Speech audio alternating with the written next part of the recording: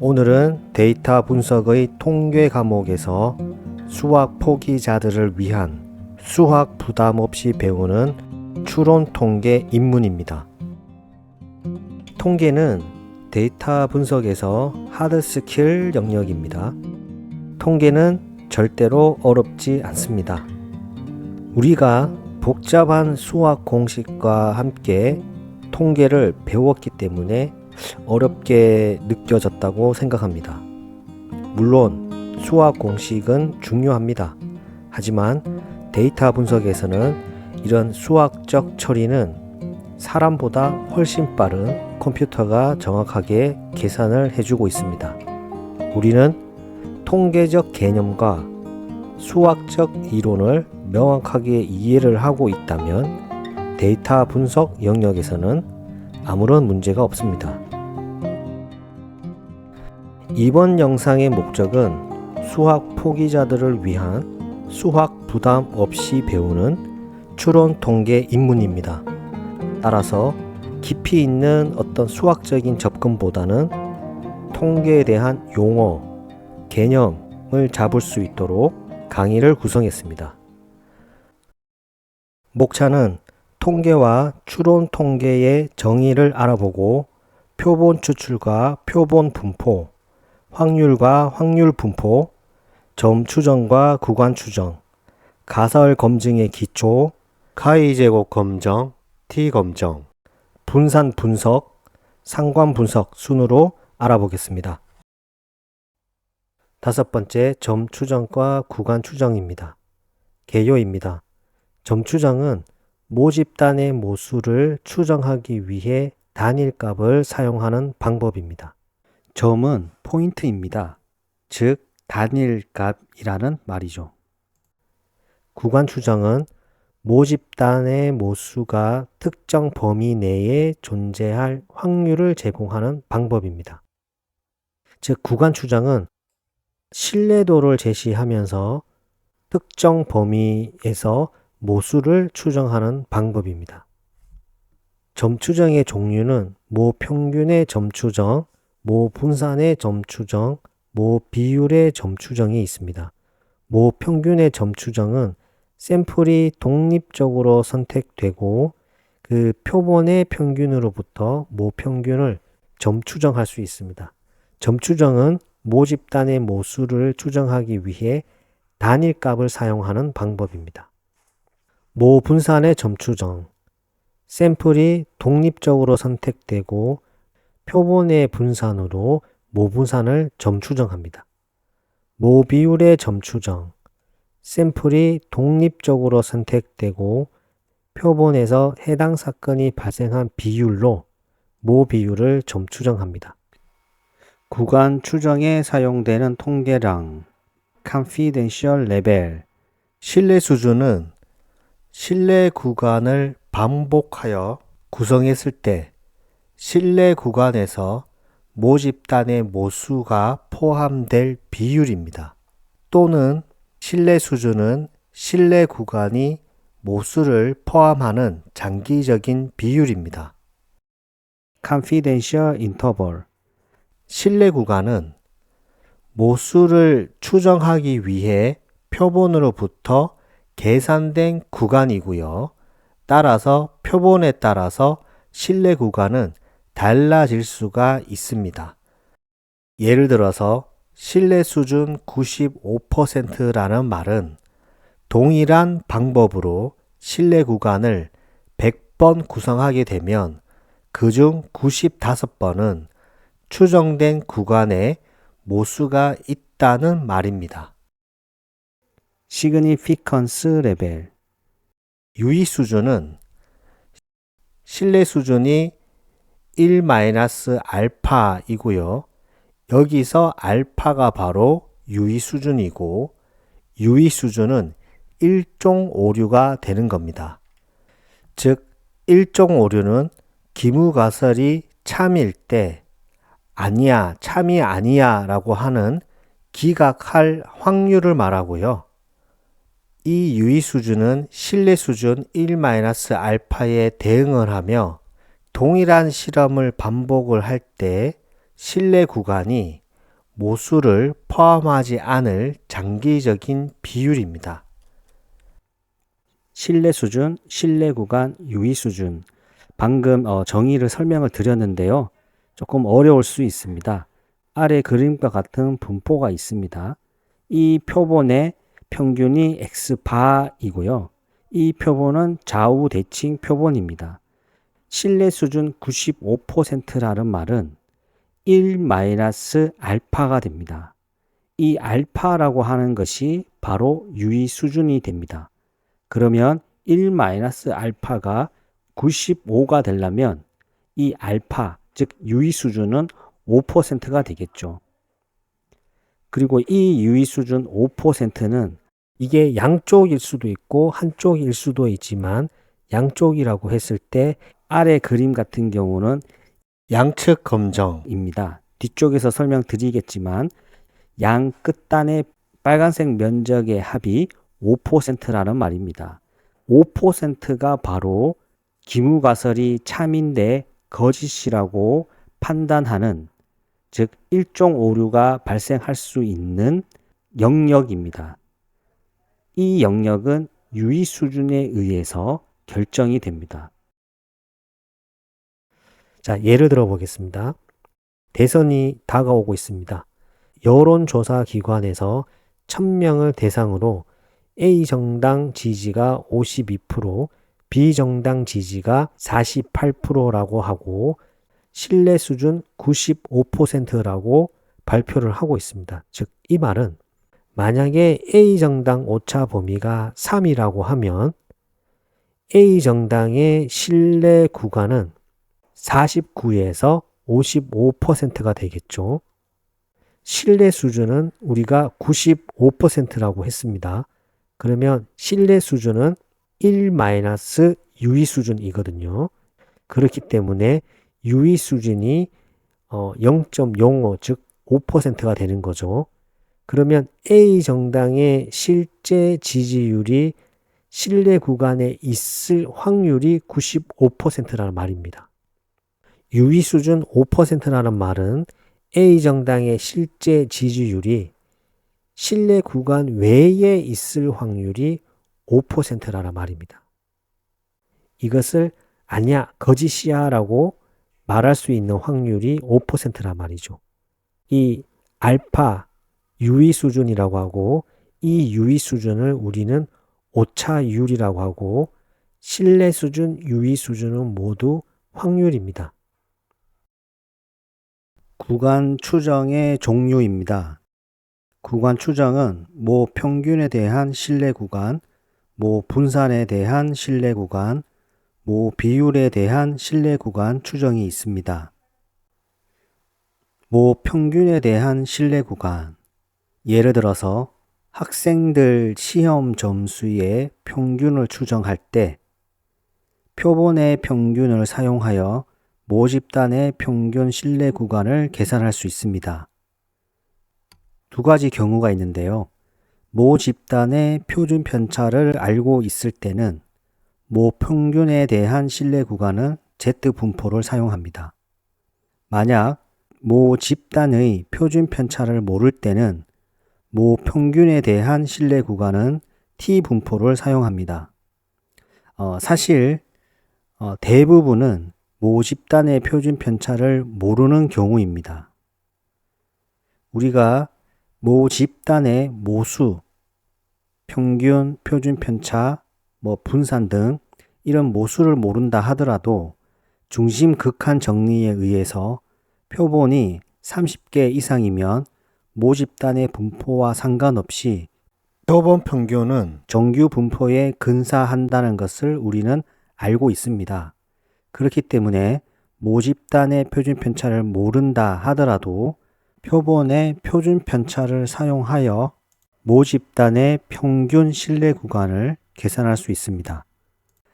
모집단의 표준 편차를 알고 있을 때는 오른쪽의 첫 번째 수식을 보면 표본의 평균의 플러스 마이너스 Z 스코어 곱하기 모집단의 표준 편차를 표본의 개수 루트로 나누는 공식이 있고 만약에 모 집단의 표준 편차를 모를 때는 Z스코어 대신 T분포를 사용해 주면 되고 표본의 표준 편차를 사용해 주면 됩니다.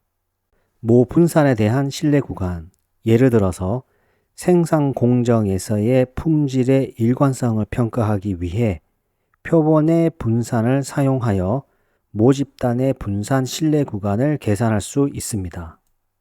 오른쪽의 공식과 같이 계산을 하면 모집단의 분산 신뢰 구간을 계산할 수 있습니다.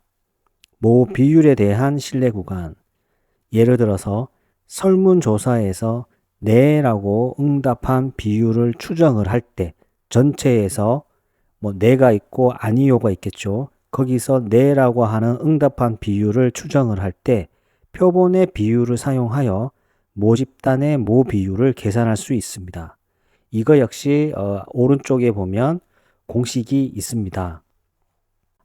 공식을 보니까 어렵죠? 공식을 외울 필요가 없습니다. 사실 저 역시 이런 공식들을 다 외우질 못합니다. 필요할 때마다 찾아보면 됩니다. 우리는 이해만 하면 됩니다. 점 추정이 특정 값을 추정하는 것이고 구간 추정이 신뢰 구간을 추정하는구나 이렇게 이해하고요. 표본이 30개 이상이면 중심 극한 정리로 표본을 통해 각 모집단의 모수를 점추정도 할 수 있고 신뢰 구간을 추정할 수 있구나 이렇게 이해하시면 됩니다. 오른쪽에 나오는 이런 공식들은 이후 각 분포에 대한 강의에서 설명을 드리도록 하겠습니다. 6번째, 가설 검증의 기초입니다. 개요입니다. 하이파스시스 테스팅. 가설 검증은 모집단에 대한 가설을 검증하는 절차입니다. 표본 통계량을 이용하여 모수의 특성을 추정한 가설의 진위를 검증하는 것입니다. 가설의 종류. 이미 잘 알고 있지만 가설은 기무가설과 대립가설이 있습니다. 기무가설은 널 하이파스시스 H0라고 하고 영가설이라고 합니다. 기무가설은 차이 또는 효과가 없다 혹은 기존과 같다라고 하는 가설입니다. 우리가 앞으로 검증을 해야 하는 가설입니다.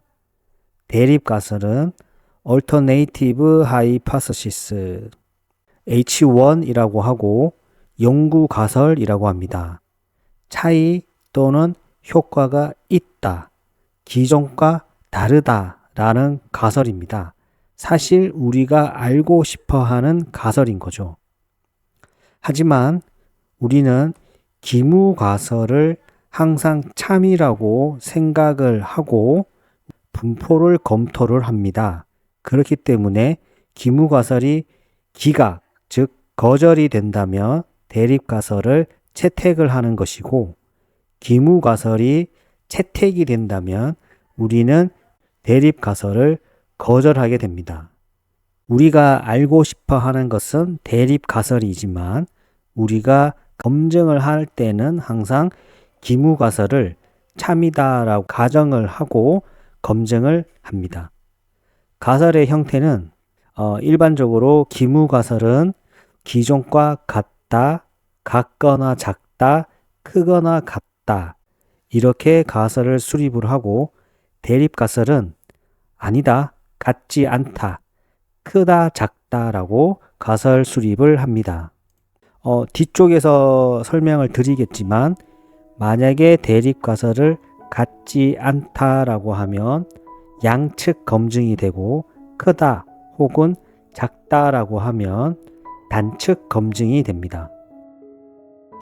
우리가 확률에서도 용어를 정의를 했었죠. 확률, 확률 변수, 확률 분포, 확률 분포 함수 이와 같은 용어처럼 가설도 4가지의 용어가 중요합니다. 검정 통계량, 테스트 스태틱스틱이라고 하고 검정 통계량은 기무가설이 참이다 라는 가정하에 기대되는 분포를 계산한 값입니다. P값, 우리가 P-value라고 하죠. 이 P-value는 기무가설이 참일 확률을 말합니다. 기무가설이 거짓일 확률은 유의 수준이라고 하고, 기각력, rejection, reason, 기무가설이 기각되는 범위입니다. 즉, 유의 수준에 의해서 기각력의 범위가 설정이 됩니다. 예를 들어서 P-value가 기무가설이 참일 확률이 유의 수준, 일반적으로 우리가 5%라고 하면 5%보다 크다라고 하면 기무가설이 참일 확률이고 5%보다 작다라고 하면 기무가설이 거짓일 확률입니다. 1종 오류, 2종 오류라는 말이 있는데 1종 오류는 기무가설이 참인데 거짓이라고 할 오류, 즉 기각할 오류고, 2종 오류는 기무가설이 거짓인데 아니야, 맞아 라고 채택할 오류입니다. 우리가 사회에서도 이런 1종 오류, 2종 오류가 많죠. 뭐가 더 위험한 오류일까요? 제 생각은 1종 오류인 것 같습니다. 예를 들어서 보통 우리가 제약회사에서 약의 효과가 없다. 실은 기무가설이 참인데 우리가 오류를 해가지고 아니야, 약의 효과가 있다라고 해서 제품을 출시한다라고 하면 큰 사회적인 문제가 생기겠죠. 이것이 1종 오류가 되고, 2종 오류는 기무가설이 거짓인데, 즉 약의 효과가 없다가 거짓이라는 말이죠. 그 말은 약의 효과가 있다, 약의 효과가 있는데 없다라고 채택하는 오류인 거죠. 이렇게 되면 약이 사회적으로 풀리지는 않겠지만 신약 개발비가 증가하는 이런 문제가 생기겠죠. 벌써 이번 강의의 반이 지났습니다. 구독과 좋아요 눌러주시고 잠깐 쉬었다가 다시 이 영상을 보면 좋겠습니다. 가설 검증 방법입니다. 가설 검증의 절차는 유의 수준, 가설을 설정을 하고 가설 검증 방법을 선택을 합니다. 그리고 기각력은 자동적으로 설정이 됩니다.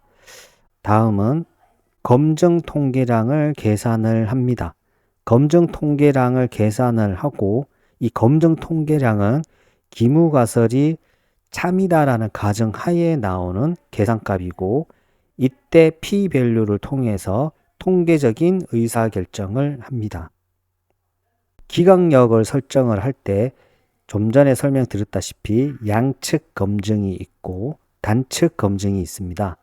양측 검증을 우리는 two-tailed test라고 하고, 단측 검증은 one-tailed test라고 합니다. 양측 검증은 대립 가설이 차이가 있다 없다로 판단을 할 때 사용합니다. 예를 들어 보겠습니다. 오른쪽에 보면 기무가설이 신약의 평균 효과는 기존 약물의 평균 효과와 같다. 기무가설은 항상 어떤 기존과 같다, 효과가 없다, 차이가 없다라는 것이 기무가설이죠. 그래서 영가설입니다. 대립가설은 아니야, 신약의 평균 효과는 기존 약물의 평균 효과와 다르다라고 했죠. 다르기 때문에 클 수도 있고 작을 수도 있기 때문에 양측 검증이 되는 거죠. 단측 검증은 대립 가설이 한쪽 방향으로만 있는 겁니다. 즉 크다라고 할 수도 있는 거고 작다라고도 할 수도 있습니다. 오른쪽 그림을 보시면 양측 검증은 그러면 기무가설을 기각하는 이 기각력이 빨간색 면적입니다. 이 면적이 양측 검증은 양쪽에 있는 거고요. 단측 검증은 크다라고 하면 오른쪽 영역에 있고 작다라고 하면 왼쪽 영역에 있습니다. 그래서 검증 통계량을 계산을 했습니다. 검정 통계량은 기무가설이 참이다라는 가정하에 나온 검정 통계량 값인데, 이 검정 통계량 값이 예를 들어서 기각역의 안에, 빨간색 면적 안에 이 검정 통계량 값이 거기에 위치가 된다고 하면 기각역의 영역이기 때문에 기무가설은 기각을 하게 됩니다. 예를 들어 보겠습니다. 신약 검증을 하고 있습니다. 이때 유의 수준은 5%입니다. 즉 유의 수준이 5%라는 말은 알파가 5%고, 그러면 신뢰 구간은 1-알파이기 때문에 95%가 됩니다. 이때 가설 설정을 해야 됩니다. 귀무가설은 새로운 신약의 약물 효과가 기존 약물의 효과보다 작거나 같다라고 했습니다. 기존 약물의 효과보다 작거나 같으면 기존과 같거나 오히려 나쁘다는 거죠. 대립가설은 새로운 약물의 평균 효과가 기존 약물의 효과보다 크다라고 했습니다. 오히려 기존 약물의 효과와 다르다가 아니라 적극적으로 크다라고 했죠. 크다라고 했기 때문에 이것은 단측 검증이고 오른쪽 영역에 기각력이 있겠구나라고 가설을 설정을 했는 상태입니다. 이렇게 해서 쭉 계산을 했더니 만약에 검정 통계량 값의 p-value 0.03이 나왔습니다. 즉 이 말은 3%라고 하는 거죠. 그러면 해석을 한번 해보겠습니다. 검정 통계량 p-value는 기무가설이 참일대의 분포에 대한 p-value입니다. 그리고 대립가설이 기존 약물의 평균 효과보다 크다라고 했기 때문에 한쪽 방향인 거고요. 그리고 유의 수준 5%는 기무가설을 기각할 거짓이라고 판단할 수 있는 기준 확률인 것입니다. 그게 5%입니다. 유의 수준 5%는 오른쪽 그림에서 보는 것처럼 해당 기각력의 그 면적이 5%라는 말이죠. 채택력이 기각력의 나머지 면적이 되겠죠. 그럼 해당 채택력의 면적이 확률이고 그 확률이 95%가 됩니다. p-value가 0.03, 즉 이 말은 기무가설이 참일 때 극단적인 값이 나올 확률이 3%라는 말이고, 그렇기 때문에 우리가 기각을 할 수 있는 기준인 5%보다 작기에 기무가설을 기각합니다. 그 결과 대립가설을 채택하게 됩니다. 7번째, 카이 제곱 검증입니다. 개요입니다. 카이 스퀘어 테스트. 카이 제곱 검증은 독립 변수와 종속 변수가 범주형 변수 한 개일 때 사용되어집니다. 주로 관찰 빈도와 기대 빈도의 차이를 통해 두 변수 간의 독립성 또는 적합성을 검증합니다. 카이 제곱 검증의 검정 통계량은 카이 제곱 통계량이라고 하고요. 카이 제곱 값이 클수록 관찰 빈도와 기대 빈도 차이가 크다는 의미입니다. 두 변수 차이가 크다는 말이죠. 두 변수가 많이 다르다는 말이 되는 거고, 이 말은 p-value 값이 작아진다라는 의미가 됩니다. 그래서 검정 통계량은 p-value 계산의 기초가 됩니다. 카이 제곱 검증의 종류는 두 가지가 있습니다. 독립성 검증과 적합성 검증이 있습니다. 독립성 검증은 두 변수가 서로 독립적인가 아니면 독립적이지가 않는가 라는 의미고, 독립적이라는 말은 두 변수가 서로 연관이 없다. 독립적이지 않다라는 말은 두 변수가 서로 연관이 있다라는 의미가 됩니다. 예를 들어 보겠습니다. 성별과 직업 만족도를 검증할 때 우리는 카이 제곱 검증을 사용합니다. 왜냐하면 성별은 남녀, 이와 같은 범주형 변수이고, 직업 만족도, 좋다, 보통이다, 나쁘다 이와 같이 범주형 변수이고 등간 척도가 됩니다. 자, 독립성 검증에 대한 가설 설정의 예를 들어보겠습니다. 성별과 직업 만족도를 검증할 때 독립성 검증의 기무가설은 두 변수는 서로 독립적이다라고 되고 대립가설은 두 변수는 서로 독립적이지 않다라고 됩니다. 기무가설인 두 변수가 서로 독립적이다라는 말은 성별과 직업 만족도 간에는 연관이 없다라는 말이 되고 대립가설인 두 변수는 서로 독립적이지 않다. 즉, 이 말은 성별과 직업 만족도 간에는 연관이 있다라는 의미가 됩니다. 적합성 검증입니다. 적합성 검증은 하나의 범주형 변수의 관측 빈도가 특정 이론적 분포와 일치하는지를 검증할 때 사용되어집니다. 예를 들어 보겠습니다. 주사위가 공정한지를 확인하기 위해 각면이 나올 횟수, 즉 6분의 1이 되겠죠. 확률적으로 6분의 1이 균등하게 나오는지를 검증을 할 때 우리는 카이-제곱 검증의 적합성 검증을 사용합니다. 이때 기무가설은 관측 빈도는 기대된 이론적 분포와 일치한다. 즉, 주사위는 공정하다. 6분의 1의 확률로 공정하게 나온다라는 것이 되고 대립가설은 관측된 빈도는 기대된 이론적 분포와 일치하지 않는다. 이 말은 주사위는 공정하지 않다라는 의미가 되겠죠.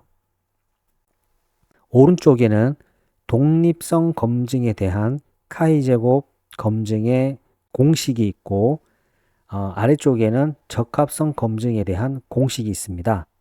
제가 계속 설명드리지만 공식은 외울 필요가 없습니다. 우리는 이해만 하면 됩니다. 절차입니다. 독립성 검증을 한다는 가정하에 절차를 설명드리겠습니다. 우선 가설 설정을 해야 됩니다. 비록 우리가 공식은 외울 필요는 없지만 카이-제곱 검증에서 독립성 검증을 할 때 가설은 어떻게 설정하는지는 우리가 외우고 있어야 됩니다. 기무가설입니다. 기무가설은 변수들이 독립적이다. 대립가설은 변수들이 독립적이지 않다라고 설정을 하고 카이-제곱 통계량을 계산을 합니다. 그래서 독립성 검증을 하기 때문에 독립성 검증에 사용되는 공식을 계산을 하고 자유도를 계산합니다.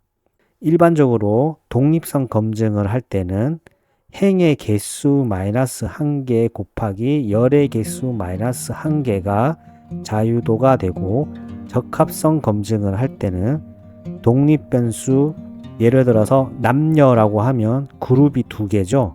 그러면 그룹의 수 2개 빼기 1개이기 때문에 1이 되고 종속변수 그룹의 수 만족도라고 하면 좋다, 보통, 나쁘다 그러면 3개 마이너스 1개이기 때문에 2가 됩니다. 즉 적합성 검증을 할 때는 1 곱하기 2이기 때문에 자유도는 2가 됩니다.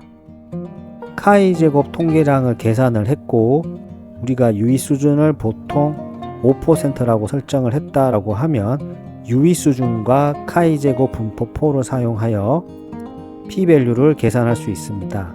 그래서 p-밸류를 계산을 하고 이 p-밸류가 0.05 유의 수준보다 작다면 기무가설은 기각을 하게 되고 이 말은 대립가설이 채택이 됩니다. p-밸류가 0.05보다 크다면 기무가설은 채택을 하게 되고 대립가설은 기각하게 됩니다. 오늘 하루도 수고하셨습니다. 반복과 학습은 필수입니다. 감사합니다.